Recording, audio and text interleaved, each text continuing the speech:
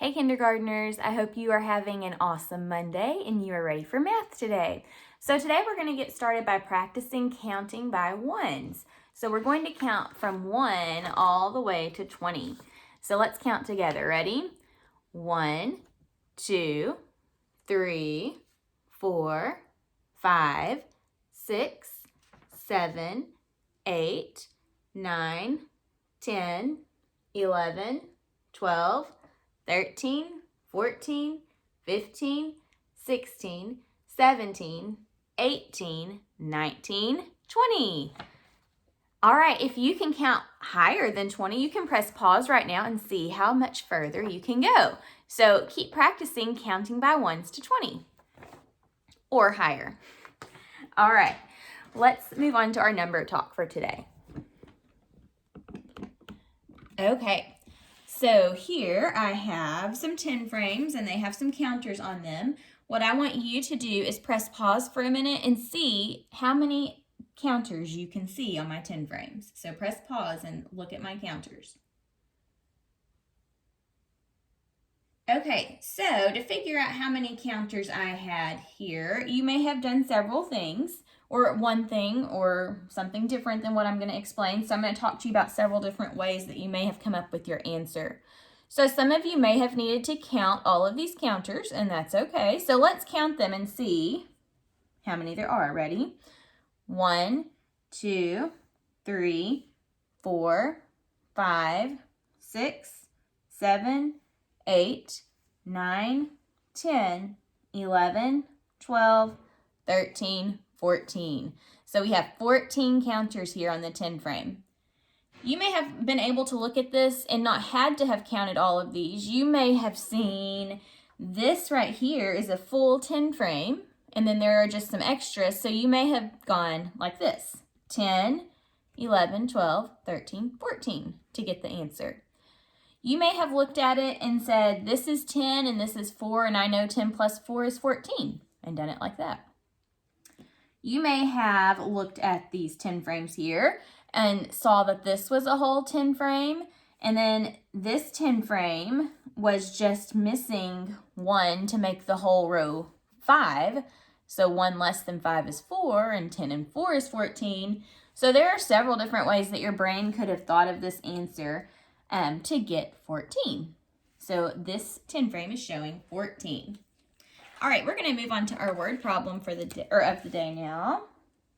So let me draw out our apps check here.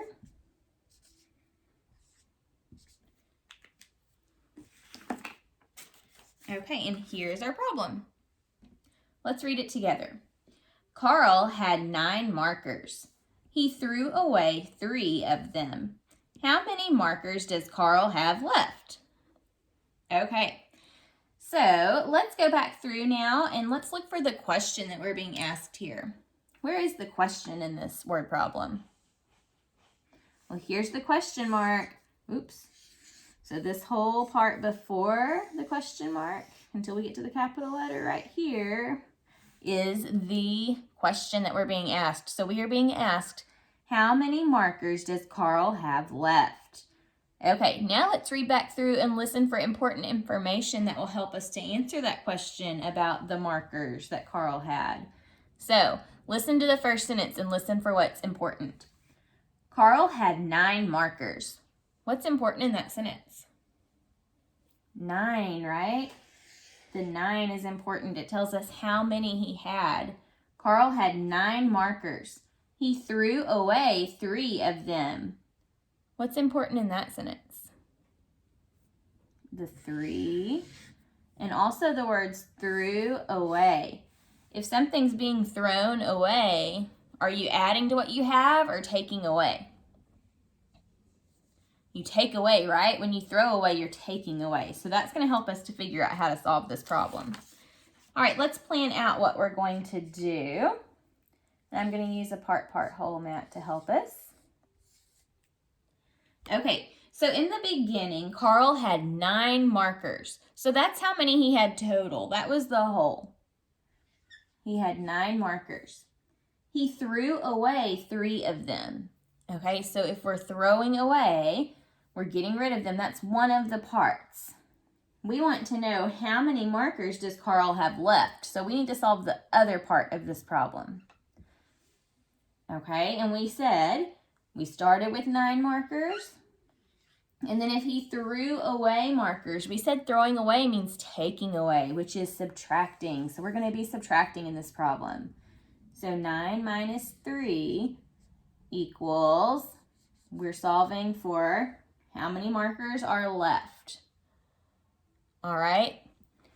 Anytime that you have a part in a problem in the whole, but you need to solve the other part, you're going to have to subtract to do that. So we are going to be subtracting 9 minus 3. To solve the problem the first time, I'm going to use a 10 frame. So let me put out my 9 counters to show my 9 markers. 1, 2, 3, 4, 5, 6, 7, 8, 9, 10. Oops, I don't need 10, do I? How many markers did I need? I needed 9, so let me take that one off. Now we have 9. Okay, so I have my 9 markers here. Then Carl threw away 3 of them. So we need to take away 3 to show the markers that he threw away. So ready? 1, 2, 3. How many markers does Carl have left? He has 6. 1, 2, 3, 4, 5, 6. 6 markers. Okay. Now, before I answer 6, I'm going to check this problem one more way to make sure that I got my answer correct. So I'm going to draw it out this time. So Carl had 9 markers.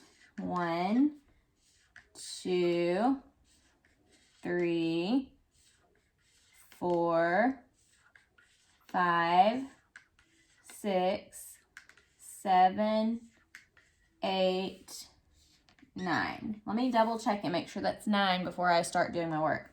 1, 2, 3, 4, 5, 6, 7, 8, 9. Okay, we're good. Now he threw away 3 of them, so I'm going to mark out 3. 1, 2, 3. How many are left? Let's count. 1, 2, 3, 4, 5, 6. There are 6 left. So 9 minus 3 does equal 6. So how many markers does Carl have left? He has 6 left. All right, we're going to move on now to our lesson for the day. So let me clear off my board here.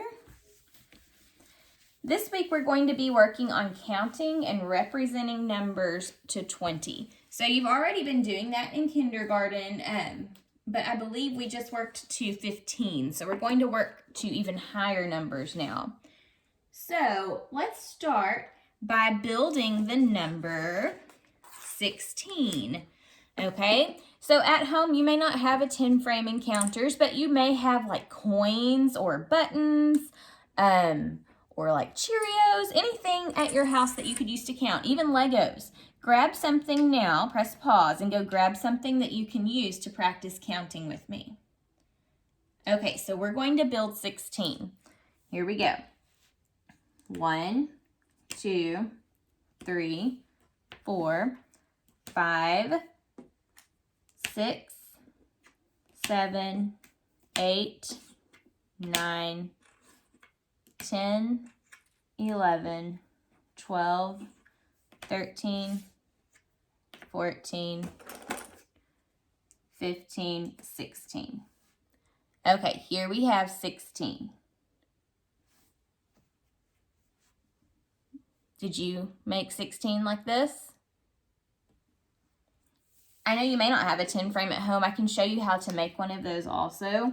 All you have to do is, if you have like a piece of paper or a dry erase board, draw a big rectangle like this, and then draw a line down the middle and split it 4 times.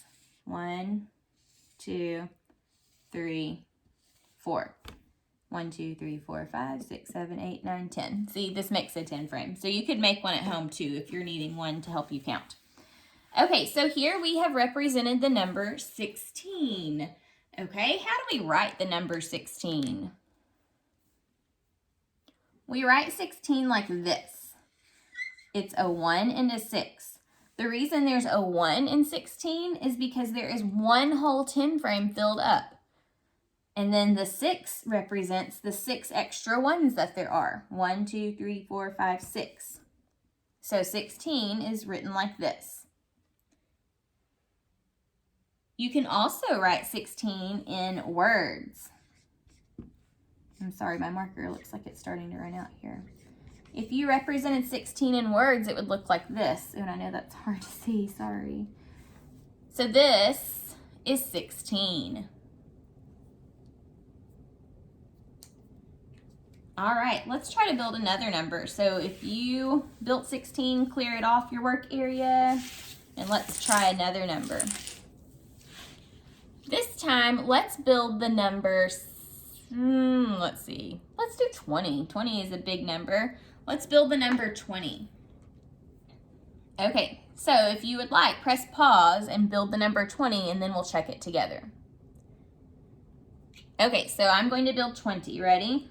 1, 2, 3, 4, 5, 6,